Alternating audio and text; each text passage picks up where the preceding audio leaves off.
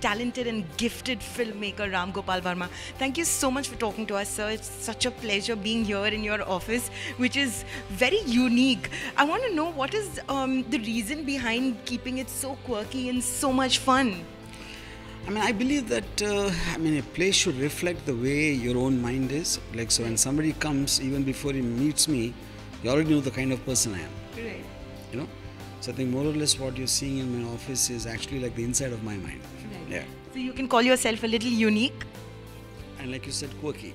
Yes. Yeah, maybe that's a better example. Yeah. Right, okay. So you've been in the news recently, where you've come out and said that you want to make a film on the real life of Sanjay Dutt.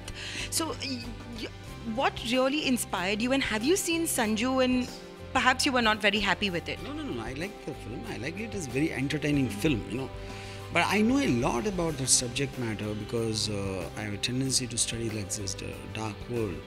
And the blast and whatever incidents connected to that is of a very, very high, interesting and important chapters in the crime history of India, So I did a lot of study on the incident related especially to the AK-56 rifle, because I know a lot of those police officers who investigated personally and I spent a lot of time with them and a lot of people were associated and were involved with that incident. So I wanted to make a very realistic film out of that. You worked with Sanjay Dutt earlier in a couple of films. Do you think he's going to get a little upset with this? Have you spoken to him? I didn't speak to him. But the point is that is something which is of the public domain. I'm not creating anything which is non-existent, which is not already known either to the people or the media. Right. Yeah. So recently, the intention is not to malign him or to show him in a negative light. I want to show it the way it is. Yeah. Do you think somewhere Rajkumar Hirani has kind of tried to whitewash his entire image in the film?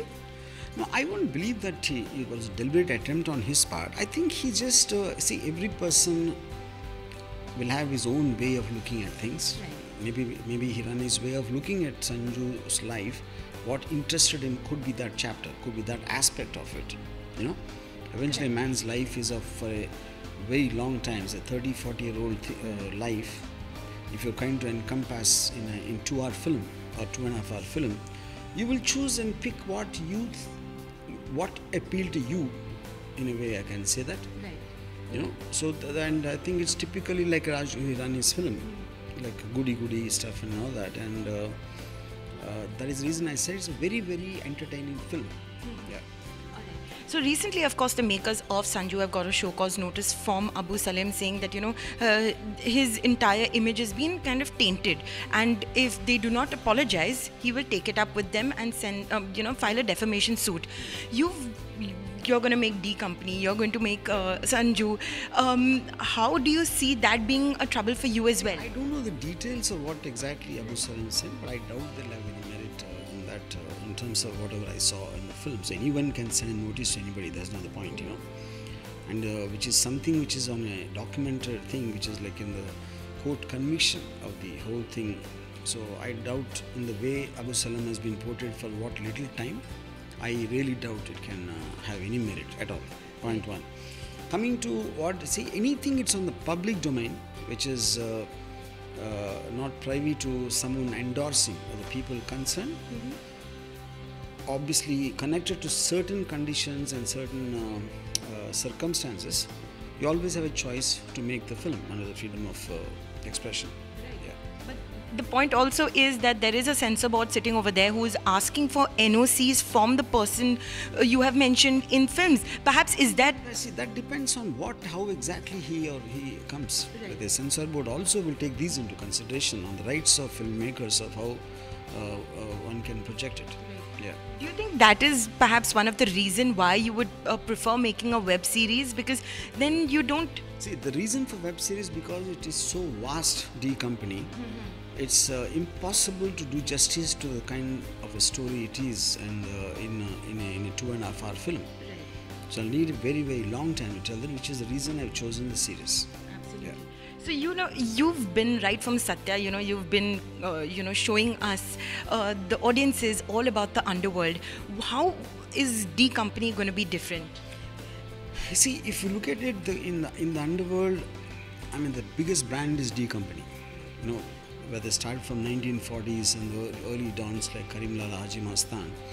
But the person you remember the most for various reasons is D Company, Dawood Ibrahim. So this is going to show the rise of Dawood Ibrahim in the early 80s, and then the initiation of the D Company, forming it, and then moving on to give it a corporate look and very flamboyant. It's like, then the 93 Blast again changed the tone, how you see it. So I think this is going to capture some 30 years of the D Company's effect on the Mumbai Mafia. Do you have anyone in mind who will be playing? No, I have not. I'm not discussed on cast details at all. No one makes underworld films better than you. I think everybody will agree with that. Recently even your Satya has crossed a milestone. What really intrigues you about the underworld that you keep coming back to the subject? I think I'm basically have an affinity to study dark people who are rebels, people who live on the other side, and they take up these things. Like I like to study them. I like to understand. I like to understand the dynamics, the psychologies, and stuff like that. And it's an ocean. Like when I say, I'm again coming back to it, but this time in D Company it's going to be very different, because I feel I know I have a knowledge of the underworld now much more than when I made Satya and Company. And one of the reasons for that is because it's been a long time since the underworld has been finished, roughly around 2005 or 6. So today people who were inside it, who came out of jail, they're more freer to talk to me today about the workings of the underworld, because they feel it's something they're talking about their past. They're not inside it right now, which will make them conscious, and they will hold back something. They won't be able to say certain things.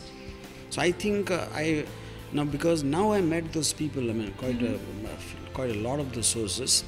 So my grip on it is much more now. Apart from the underworld, you've made a lot of films on supernatural powers in terms of, bhoot and Darna Mana Hai, Darna Zaruri Hai. My God, the list goes on. Do you think you'll ever revisit that genre as well? Because it's been a while. I like to scare people, so I think definitely horror is one of my other favorite subjects, and I'm just looking for a story right now. Yeah. And of course, before we let you go, I have to ask you, recently you came out with that one video where you're punching people, which is kind of like insinuating that you were punching your online trolls and all of that. That was just in fun. I was just showing the Fight Master something, and it just came out. So there was no agenda or any intention behind it. No, we all thought it was amazing. It was a brilliant idea. But how do you react to people who perhaps troll you online or have nasty things to say for no reason? I mean, troll is the only entertainment is that. I think people troll everybody. The people who troll, I don't think they select one person. They just take pleasure in trolling anyone, everybody. And if anyone takes trollers seriously, they won't be able to live.